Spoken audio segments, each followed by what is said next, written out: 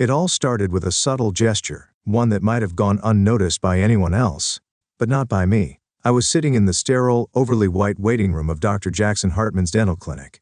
Monica had insisted on coming in for another routine cleaning, despite having been here just 3 months ago.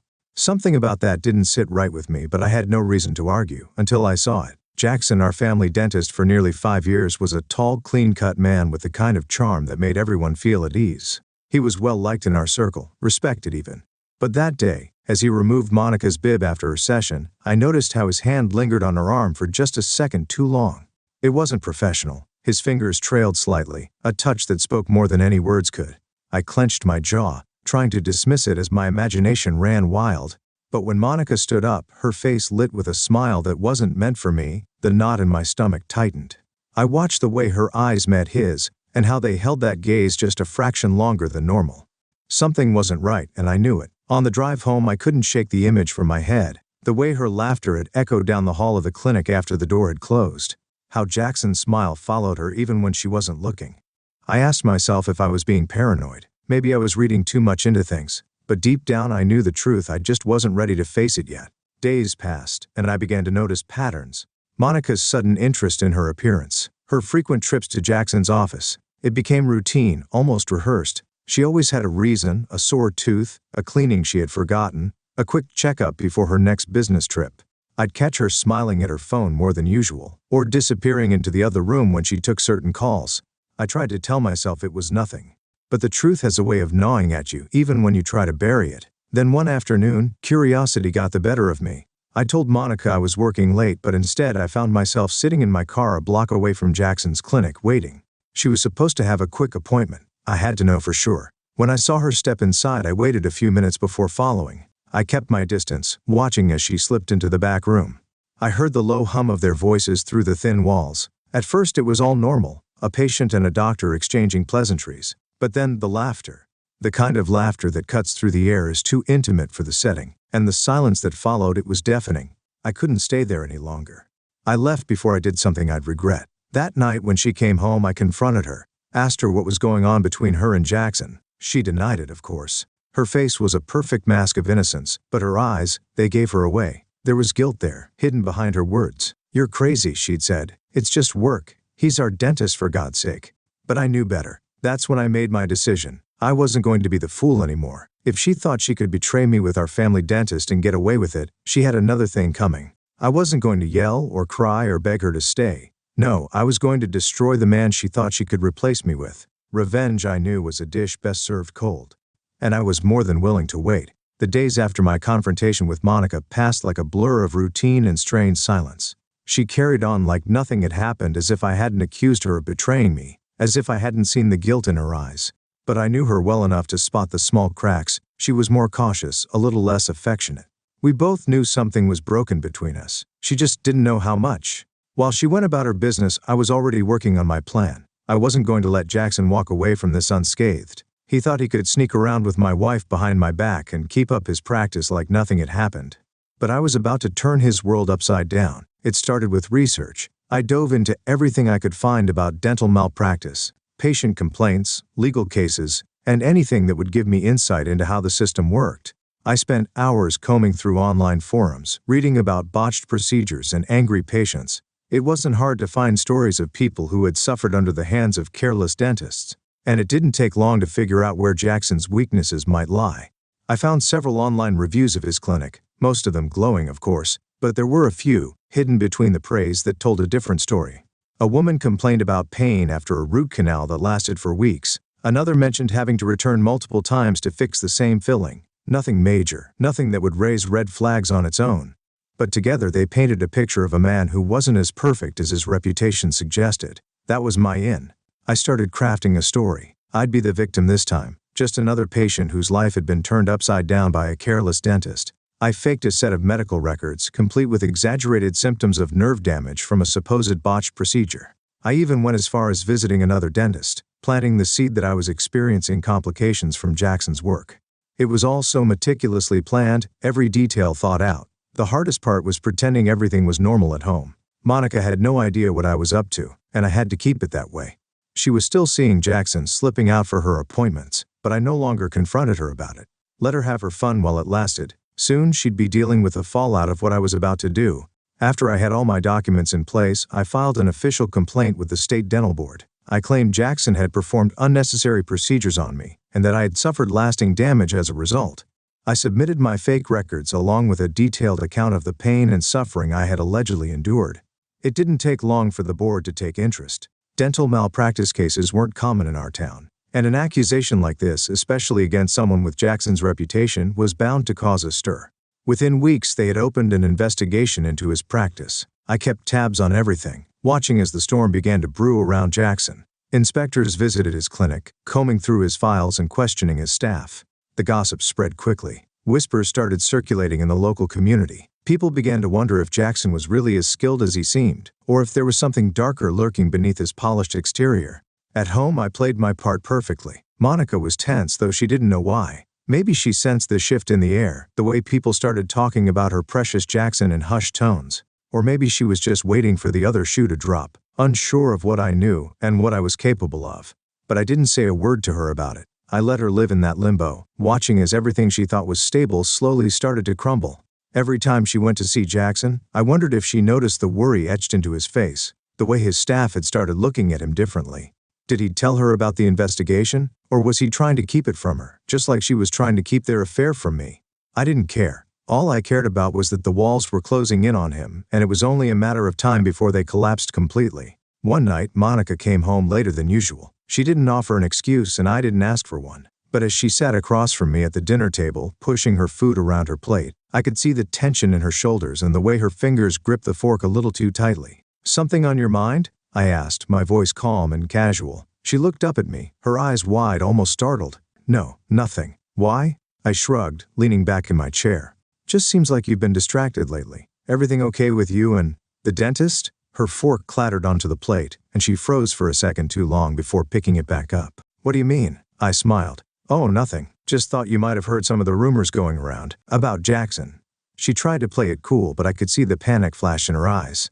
She shook her head, pretending to be confused, but I knew better. "What rumors?" "Don't worry about it," I said, standing up and carrying my plate to the sink. "I'm sure it's nothing you need to concern yourself with. Not yet, anyway." And with that, I left her sitting there, her world teetering on the edge of collapse. She just didn't know how close it was. The trap was set, and soon enough, both of them would pay for their betrayal. Things started moving faster than I expected. Within days of my official complaint, the dental board had launched a full-blown investigation into Jackson's practice. Inspectors were showing up without notice, auditing patient records and interviewing his staff. It wasn't long before word got out in the local community. Whispers spread through the town like wildfire. Patients wondering if they too had been victims of malpractice, friends and neighbors exchanging worried glances at the grocery store.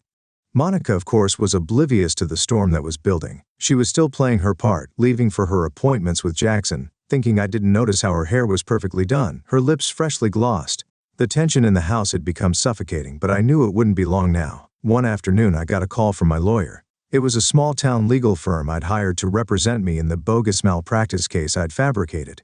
I needed to make this as legitimate as possible. Everything about my story had to be checked out. When I picked up the phone, the lawyer's voice was casual, but I could hear the excitement underneath. "Chris, you're not going to believe this. The board's preliminary findings are already in." I felt my heart race. "And?" "They found enough irregularities to warrant a formal hearing. Looks like your complaint isn't the only one. There are a couple more patients stepping forward with similar claims now that the investigation's public. This could get serious for him." I smiled. Perfect. By this point, Jackson had to know that his time was running out. Monica was still seeing him, though I noticed the time between her visits had grown longer, and her mood had become more erratic. I could tell she was getting worried, but I stayed calm and patient. I wanted her to feel it, the slow creeping dread of losing everything. A few days later, while I was pretending to go through some papers in the living room, Monica came home with an expression I'd never seen on her before. Her face was pale, and her eyes darted nervously as she set down her purse and kicked off her shoes. She walked straight past me, into the kitchen, and poured herself a glass of wine, downing it in one go. I waited until she sat down, then asked, "Rough day?" Her hand shook as she set the empty glass on the table. I saw Jackson today," she mumbled, not meeting my eyes. I acted surprised. "Oh? Haven't heard you mention him in a while. Everything okay with your teeth?" She flinched at the word like it stung. "Chris, there's something going on at his clinic. People are talking about these accusations, malpractice claims. Some patients are even saying they've had complications after seeing him. She looked up at me, panic flashing across her face. I don't know what to believe. I leaned back, playing the concerned husband to perfection. That's strange. You've never had any issues with him, right? She shook her head quickly. No, of course not, but it's all over town. He's under investigation. They're saying he could lose his license. I let out a small sigh, feigning sympathy. That's tough. If the accusations are true, that's really bad for him. I paused, watching her carefully. And for anyone close to him.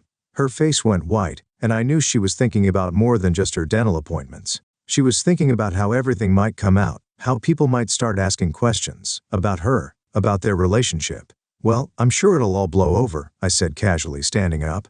Just make sure you're not caught up in it, Monica. You wouldn't want people thinking you had anything to do with that mess. She said nothing, staring down at her hands.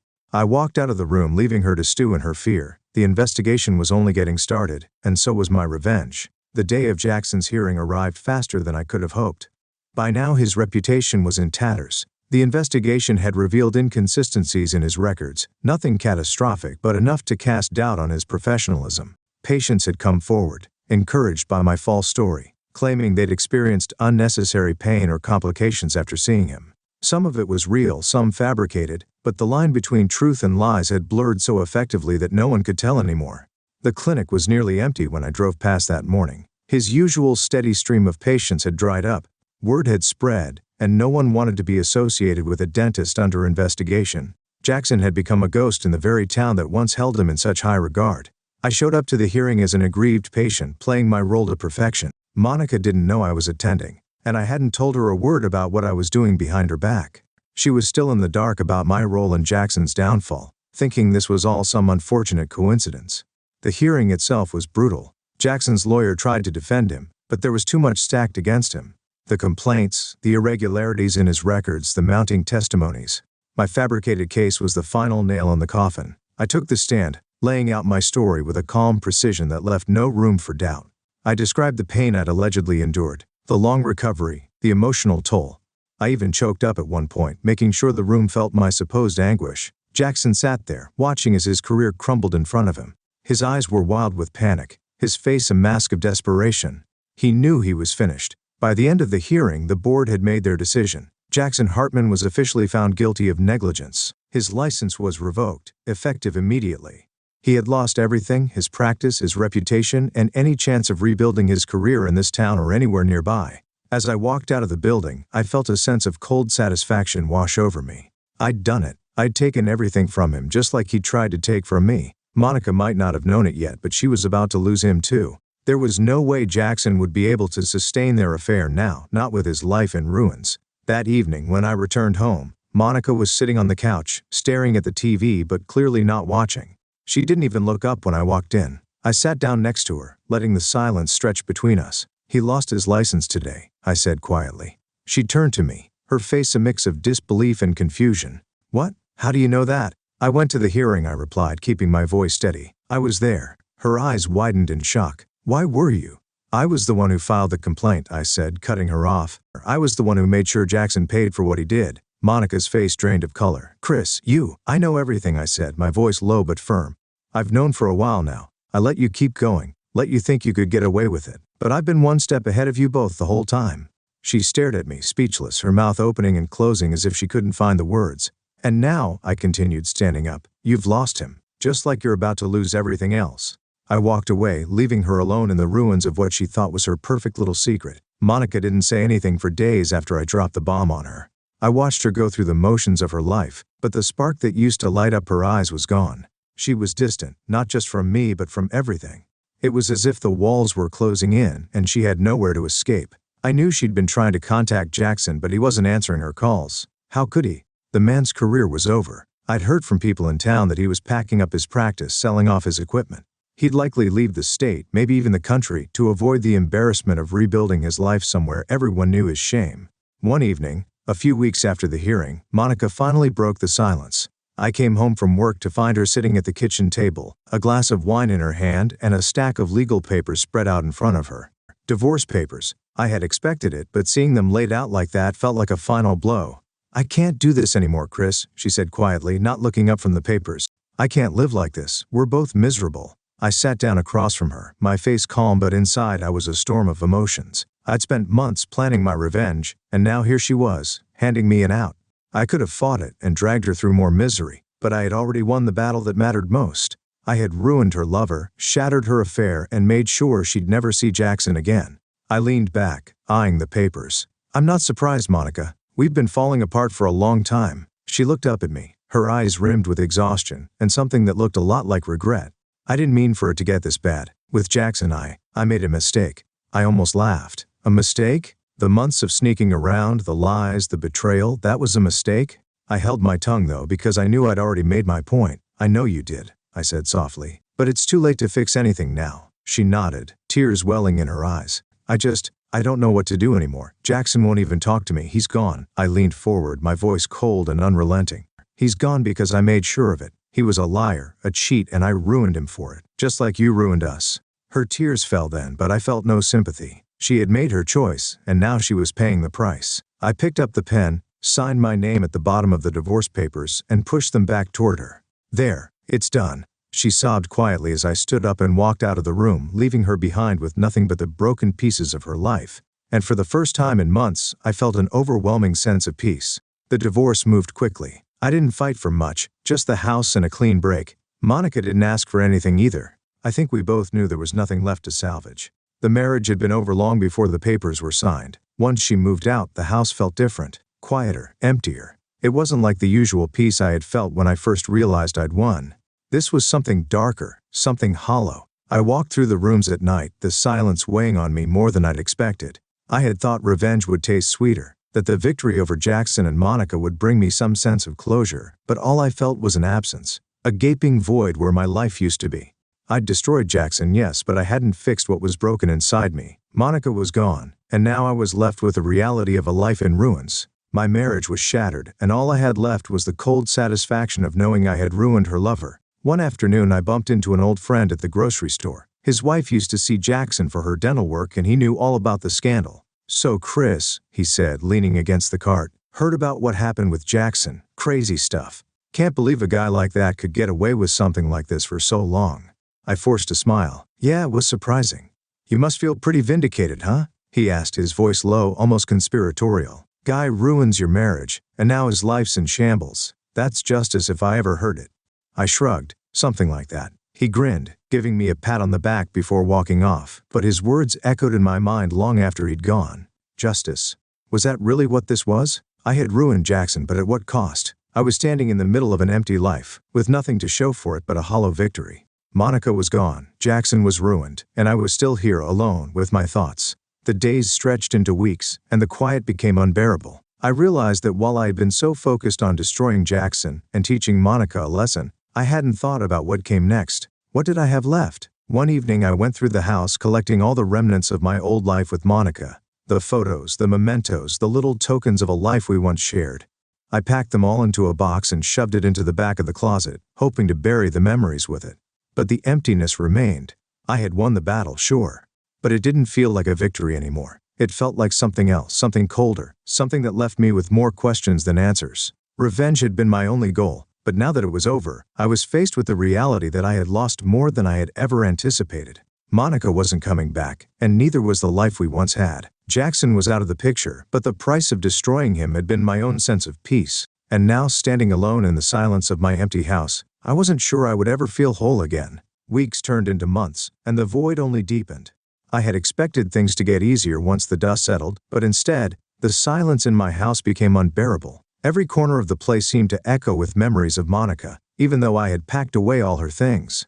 It was like she had left an imprint on every inch of this place, and no matter how much I tried to erase it, it lingered. The nights were the worst. I used to sleep fine, but now I found myself lying awake, staring at the ceiling, replaying every moment that had led to this. The affair, the revenge, Jackson's downfall, it all felt like a movie I couldn't turn off, and the worst part was, none of it brought me any peace. I had thought Monica's betrayal was the root of my misery, but I was beginning to realize that the loneliness I felt now wasn't just about her. It was something deeper, something that had been there long before her affair. One evening I decided to go out, something I hadn't done in what felt like ages. I walked into one of the local bars, the same place I used to go with Monica back when things were still good between us. The place hadn't changed. Dim lighting, old wood booths, the soft murmur of conversation floating through the room. But it felt different now. I ordered a drink and sat down at the bar watching people around me. Couples, friends, people laughing, enjoying life. It was a stark contrast to the storm that raged inside me. At some point a woman sat down next to me. She was attractive in that polished, confident way, and she smiled at me as she ordered her drink. We exchanged pleasantries, the usual small talk.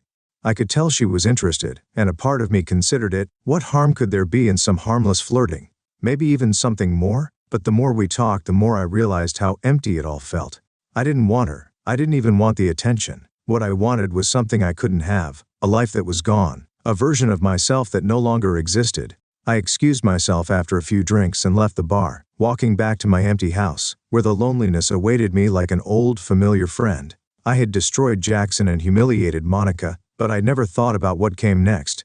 And now, standing in the wreckage of my own life, I wasn't sure there was a way out. One afternoon I decided to go through the box I had packed away months ago, the one filled with the remnants of my life with Monica. I hadn't planned to ever open it again, but something inside me pushed me to do it, as if I was searching for some kind of closure. The first thing I pulled out was a photo of us from our wedding day. We looked so happy, so full of hope and love. I studied my face in the picture, trying to remember what it felt like to be that man. It was like looking at a stranger. I couldn't even recognize myself in that version of the past. I went through more photos and more memories. There were pictures of us on vacation, laughing in the sun. Cards she had written me, little notes I had kept over the years. It was strange, going through those things I didn't feel anger or resentment anymore. What I felt was a deep, aching sadness for what we had lost. I had spent so much time focused on her betrayal on Jackson that I hadn't really thought about my role in it all. I wasn't innocent. I had been checked out of the marriage long before Monica ever started her affair. I had let the distance grow between us, allowed our connection to wither away, and when she sought comfort elsewhere, I had used it as an excuse to unleash my anger. In destroying Jackson, I had convinced myself that I was justified, that I was in the right, but the truth was, I had been running from my own failures. My need for revenge had blinded me to the reality of our broken marriage, and now that the dust had settled, I was left with nothing but my own emptiness. I sat there, surrounded by the memories of a life I had helped destroy, and for the first time in a long while, I let myself feel the full weight of it.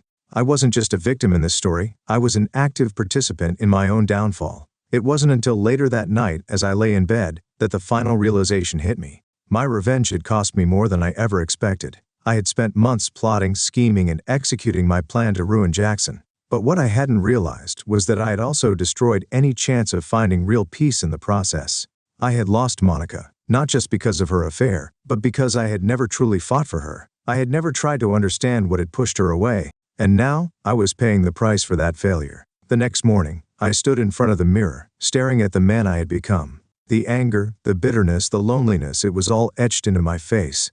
I didn't recognize myself anymore, and I wasn't sure if I ever would. There was no going back, no undoing what had been done. But as I stood there, I knew one thing for certain: revenge wasn't the answer. It had never been. All it had done was leave me more broken than before, and now I had to live with that truth. For the first time in months, I felt something close to acceptance. It wasn't peace, not yet, but it was a start. I had hit rock bottom, but maybe, just maybe, there was a way to climb out of this hole. But I knew one thing for sure: if I ever did, it wouldn't be by looking back. After months of suffocating in the quiet and isolation I had created, I decided it was time to make a change. I didn't know where to begin or what I was even searching for, but staying in that house, drowning in the wreckage of my past, wasn't an option anymore.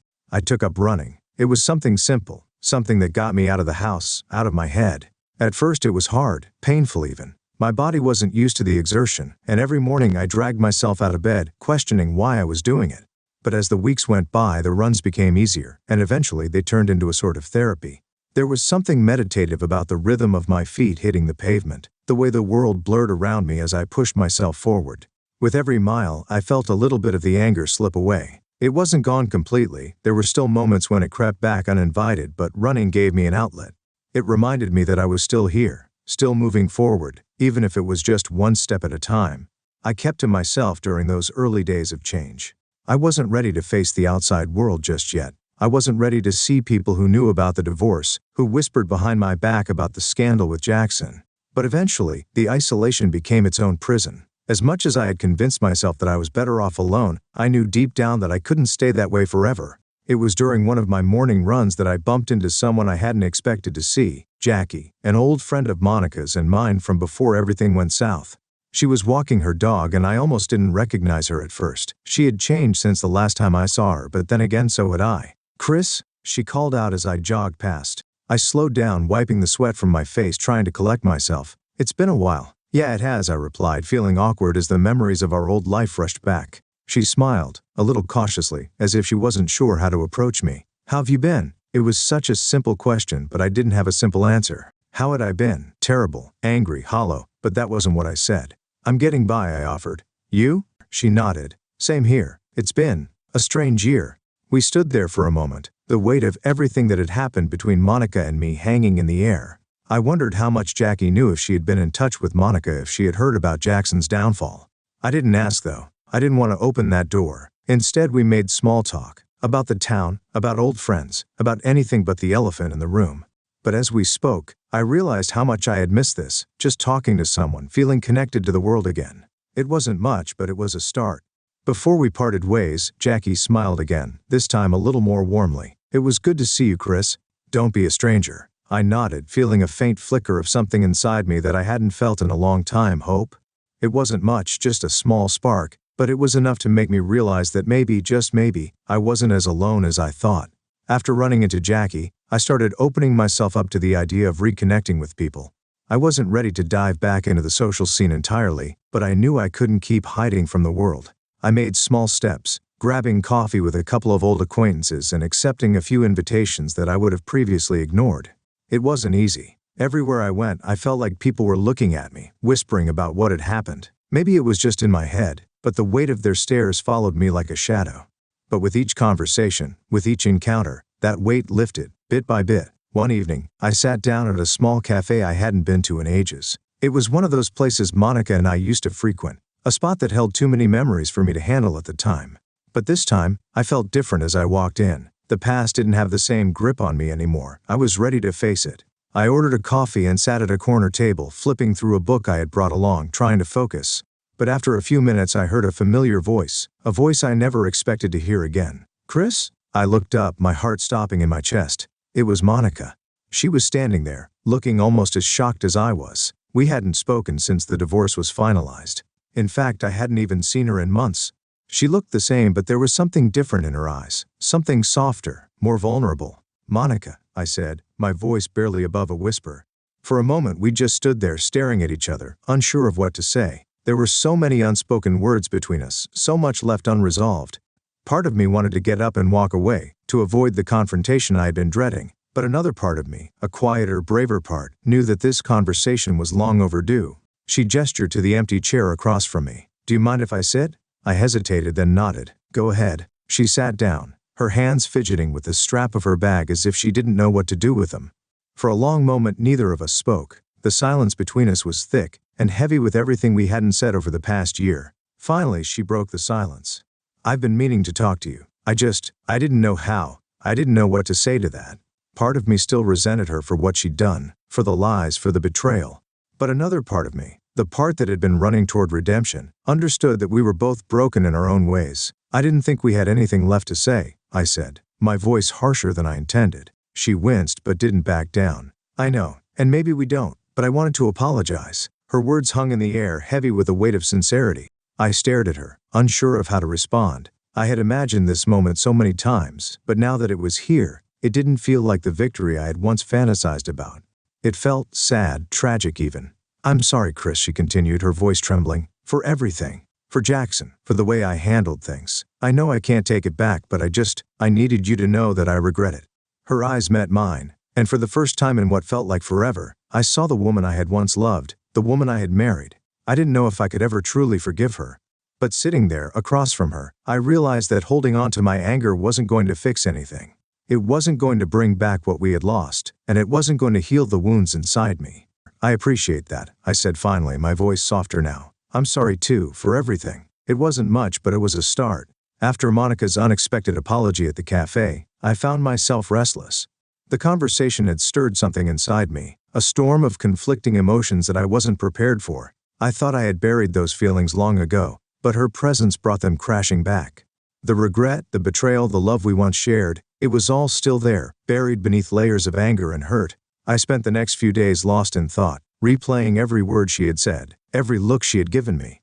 Part of me wanted to believe her, to accept her apology and move on, but another part of me, the part that had been burned, wasn't ready to forgive. And yet, I couldn't deny the strange sense of closure our conversation had brought. For months I had been haunted by the ghost of our marriage, by the what-ifs and the could-have-been. Seeing her again, hearing her admit her regrets, it felt like the final chapter of that painful story. It was as if the weight I'd been carrying for so long had finally started to lift, just a little. I decided to visit the old house, the one Monica and I had lived in before everything fell apart. It had been sold months ago, but I felt drawn to it as if I needed to confront the place where our marriage had died. The house looked different. The new owners had repainted the exterior and planted fresh flowers in the garden.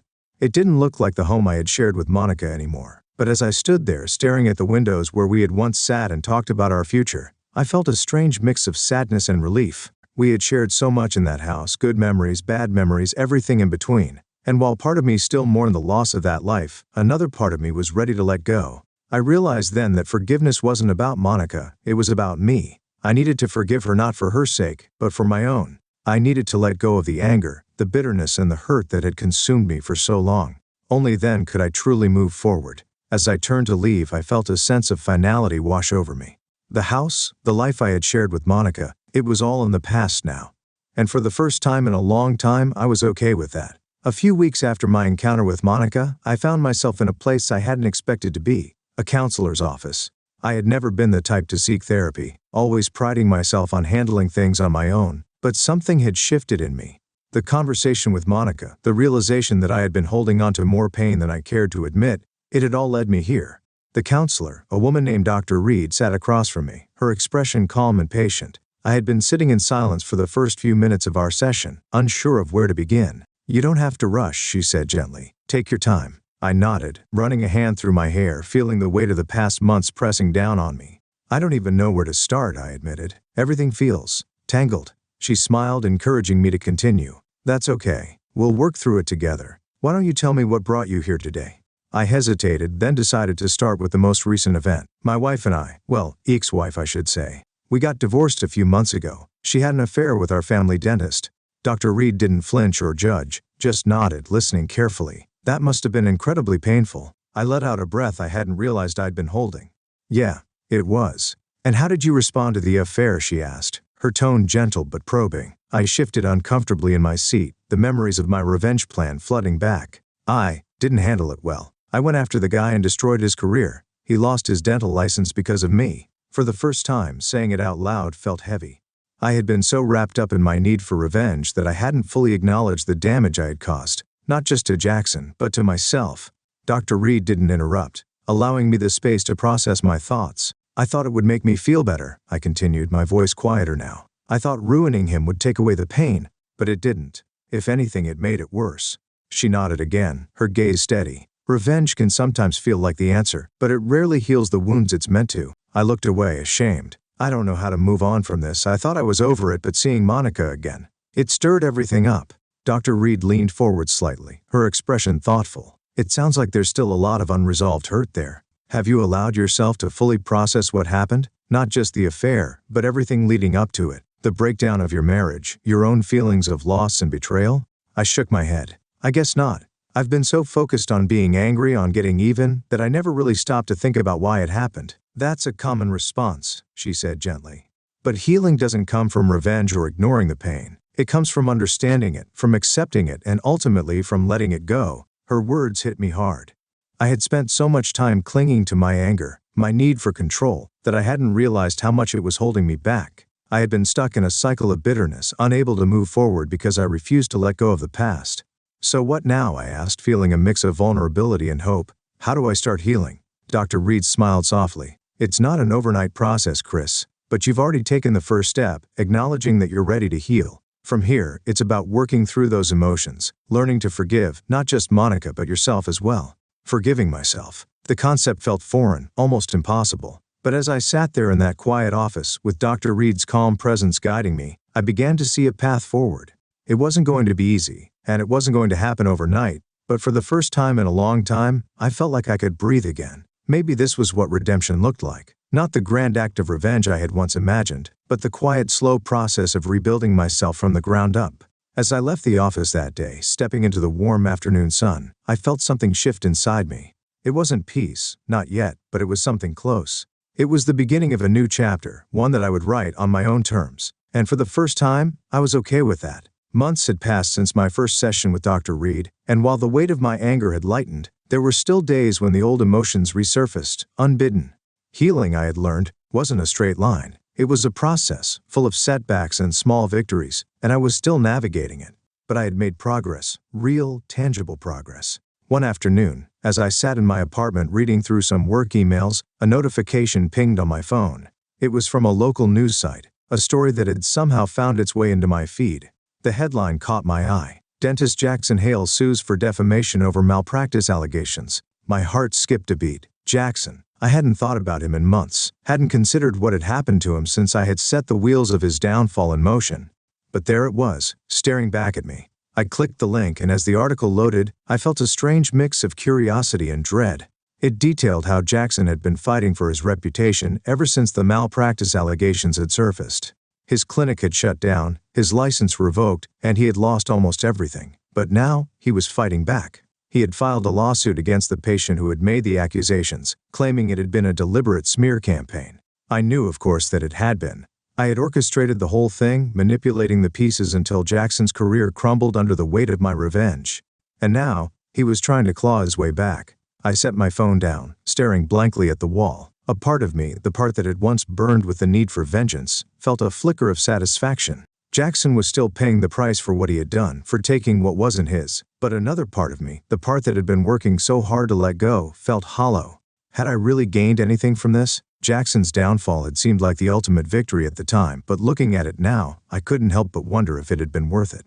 He had suffered, yes, but so had I. In my quest to destroy him, I had destroyed parts of myself too, my integrity, my peace of mind. Dr. Reed's words echoed in my mind. Revenge can sometimes feel like the answer, but it rarely heals the wounds it's meant to. I hadn't understood the full weight of that statement until now. I hadn't healed, not in the way I had hoped. That evening I called Dr. Reed. Our sessions had become less frequent as I started to feel more in control of my emotions, but this felt like a step backward. I needed to talk to someone, to make sense of the storm that had been brewing inside me ever since I read that article. When I arrived at her office the next day, Dr. Reed greeted me with her usual calm demeanor. I sank into the familiar chair, taking a deep breath. "So," she began, her tone gentle, "what's been on your mind?"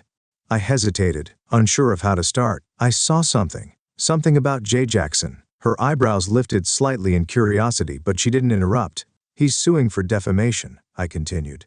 "Over the malpractice allegations, the ones I set up." Dr. Reed nodded slowly, taking in my words. "And how does that make you feel?" "I don't know," I admitted, running a hand through my hair. "Part of me still feels like he deserved it, but I thought ruining him would make me feel better. I thought it would help me move on, but it didn't. Not really." Dr. Reed leaned forward slightly, her expression thoughtful. "Revenge often gives us a false sense of closure. It focuses on external outcomes, but healing is internal. It's not about what happens to Jackson or what you did to him. It's about how you feel about yourself." Her words hit me harder than I expected. I had been so focused on Jackson, on Monica, on everything that had happened outside of me, that I hadn't truly confronted the internal damage. "Do you regret what you did?" she asked. I thought about it, really thought about it. Regret wasn't quite the right word. I couldn't say that I wished I hadn't taken action, but I could see now that it hadn't been the right kind of action. "I don't know," I said finally. "I regret the person I became because of it. I regret letting it consume me. But at the time, it felt like the only way to deal with the pain." "That's understandable," she replied. "You were hurting, and you wanted control over something, anything. Revenge gave you that, at least temporarily. But now you're seeing that real control comes from within, from how you choose to respond to that pain." I nodded, the weight of her words settling over me. She was right. I had spent so much time reacting, so much energy trying to control everything around me, that I had lost sight of what really mattered. My own healing, my own peace. "So what do I do now?" I asked, my voice quieter. "How do I move on from this?" Dr. Reed smiled softly, that patient, understanding smile I had come to rely on. "You've already started. You're here, acknowledging that the path you took didn't bring you the peace you were looking for. That's the first step. Now it's about letting go, not just of Jackson, but of the need for revenge. It's about finding a way to forgive, not for his sake, But for yours. I let out a breath, feeling a knot in my chest loosen ever so slightly. Letting go of revenge wasn't going to be easy. It had been my armor, my shield against the pain. But I knew she was right. Holding on to it wasn't helping me anymore. It was just keeping me trapped in the past. As I left Dr. Reed's office that day, I felt lighter than I had in a long time. There was still work to do, and still healing to be done. But for the first time, I felt like I was truly ready to let go of the past and start focusing on my future. And maybe, just maybe, that was the real victory. Not the destruction of Jackson, not the revenge I had craved, but the simple act of choosing to move forward. Of choosing to heal. A few weeks after my session with Dr. Reed, I found myself driving toward a place I never thought I'd willingly go again. Jackson's former clinic. The once bustling dental practice was a ghost of its former self. The sign out front faded and the windows dark. A for lease notice hung on the door, swinging gently in the wind. I had no real reason to be there, at least, none that made sense logically. Maybe I wanted to see for myself the aftermath of what I had done. Maybe I needed some kind of final confrontation with my past. But as I sat there staring at the empty building, it wasn't satisfaction or pride I felt. It was emptiness. Jackson was gone, Monica was gone, and here I was still living with the fallout of decisions made in anger. I had spent so much time plotting and executing my revenge that I had forgotten what my life had been before all of this. Who had I been before the affair? Before the lies? I realized that I didn't have an answer anymore. I turned off the car and stepped out, walking slowly toward the building. The parking lot was deserted, and as I approached the front door, I saw my own reflection in the glass. For a moment, I didn't recognize the man staring back at me. The lines on my face seemed deeper, my eyes more tired. Revenge had taken its toll. And then I saw something unexpected, a familiar face coming out of the cafe across the street. Jackson. He was alone, carrying a small coffee in one hand, his posture hunched as if the weight of the world had finally settled on his shoulders. I hadn't expected to see him. I froze, unsure of what to do, my heart pounding in my chest. Part of me wanted to walk away, to leave him to whatever fate he was now facing. But another part of me, the part that had been working toward letting go, urged me to stay. Maybe this was the moment I had been searching for. The chance to close the chapter on this part of my life for good. Before I knew it, my feet were moving. I crossed the street, my pulse quickening with every step. As I approached him, Jackson looked up, his eyes widening in surprise. He stopped in his tracks, staring at me with a mixture of confusion and wariness.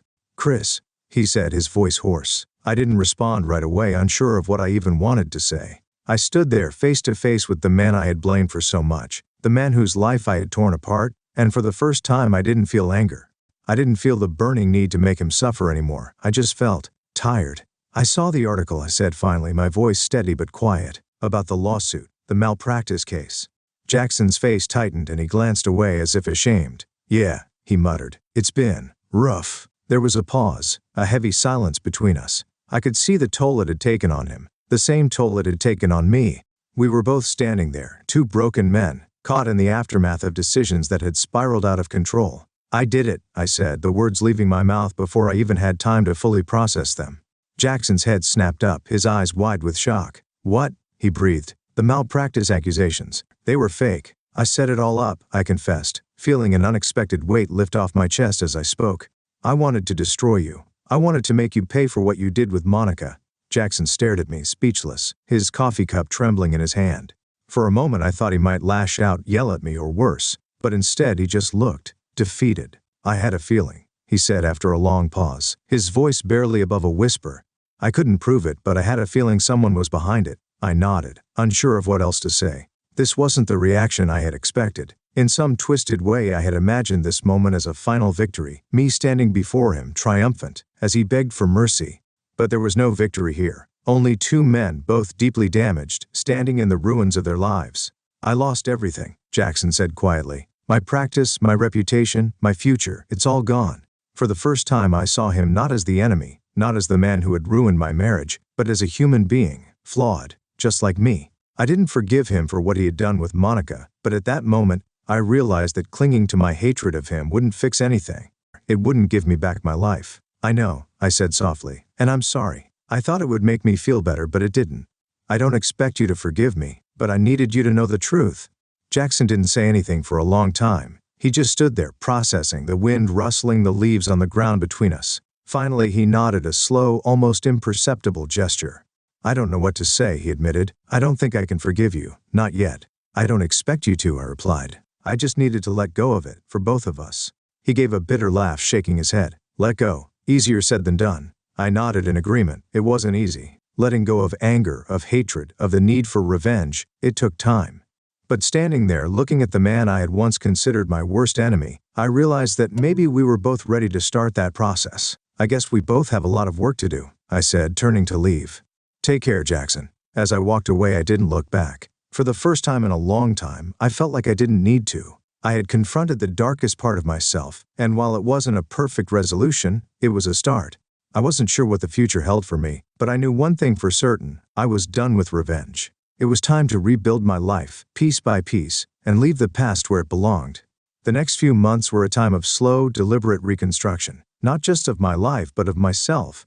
After my confrontation with Jackson, it was as if I had finally stepped out of the shadow of my revenge, allowing the light of something new to break through. It wasn't easy, and there were days when the weight of the past still pulled me down, but for the first time in a long time, I could feel a sense of direction, a future that wasn't defined by bitterness or anger. I decided to focus on the things I had neglected in my quest for revenge: my career, my health, and my relationships with people who had always been there for me. I reached out to old friends I hadn't spoken to in years. Some were hesitant, unsure if I was still the same man who had distanced himself during my spiral of hatred, but most welcomed me back with open arms. Work became a sanctuary. I threw myself into projects that had once felt mundane, finding a strange sense of peace in the routine. With every deal closed, and every meeting that went smoothly, I felt more like myself again. I wasn't just the man who had been cheated on. I was Chris, the professional, the friend, the person who still had something to offer the world. Monica had tried to contact me a few times. Each call or message went unanswered. I wasn't ready for that conversation, and maybe I never would be. She had been part of the destruction, part of what had torn my life apart, but confronting her wasn't something I wanted anymore. I had already faced Jackson, already told him the truth. Confronting Monica felt unnecessary now. It was time to leave her behind, just as I was leaving everything else behind. Dr. Reed continued to guide me, but our sessions became more about looking forward than looking back. I told her about my decision to cut ties with Monica, and about how I had no interest in rehashing the past with her. Dr. Reed agreed it was a healthy choice. Forgiveness doesn't always mean reconciliation, she had said. Sometimes it just means letting go of the need to revisit the hurt. I found comfort in those words. Letting go was exactly what I was doing. The true test of my progress came one evening when I found myself at a social gathering. It was a friend's birthday, the kind of event I had avoided for so long because the idea of small talk and laughter felt foreign to me. But that night, something had changed. I felt lighter and more at ease. I mingled, laughed at old jokes, and even flirted harmlessly with a woman I met at the bar. It wasn't serious, just a moment of connection that reminded me I was still alive, still capable of feeling something other than resentment. As the night wore on, I excused myself from the noise of the party and stepped out onto the balcony. The city lights spread out below me, and for the first time in what felt like forever, I wasn't haunted by the memories of what had happened. I wasn't consumed by the betrayal, by the affair, or by the revenge I had plotted so meticulously. I just felt peaceful. It wasn't the kind of dramatic closure I had once fantasized about, but it was real. Quiet, simple, but real. I didn't need Monica's apology or Jackson's forgiveness. I didn't need to relive every moment of pain and anger. I had done enough of that already. Now, all that mattered was moving forward. And so I did. I started dating again, tentatively at first, unsure if I was really ready to open myself up to someone new. But as time passed, I realized that I was. I met someone, her name was Rachel, and she was nothing like Monica. She was kind, patient, and completely unaware of the storm I had weathered before meeting her. It was refreshing, being with someone who didn't know the old Chris, the one who had been consumed by revenge. With Rachel, I could be someone new, someone better. We took things slow. I wasn't rushing into anything, and neither was she. But with every date and every conversation, I felt the pieces of my life clicking back into place. I didn't need her to fix me, I was doing that on my own, but her presence was a reminder that I could rebuild, that I deserved to rebuild. One evening, months after our first date, we sat together on her couch, watching some old movie neither of us was really paying attention to. Rachel leaned against me, her head resting on my shoulder, and for the first time in a long time, I felt content. Not the fleeting kind of satisfaction I had felt after taking Jackson down, but a deep, lasting contentment. The kind that came from within. I had been through hell, and I had come out the other side. Scarred, yes, but not broken. The affair, the lies, the revenge, it was all behind me now. A part of my story, but not the defining chapter. As I sat there with Rachel, I realized something important. I wasn't the man I had been before Monica's betrayal, and I wasn't the man I had been in the midst of my revenge. I was someone new, someone stronger, and for the first time in a long time I was okay with that. I had let go of my anger and my need for revenge, and in doing so I had found something far more valuable: peace. And that, more than anything, was the greatest victory of all.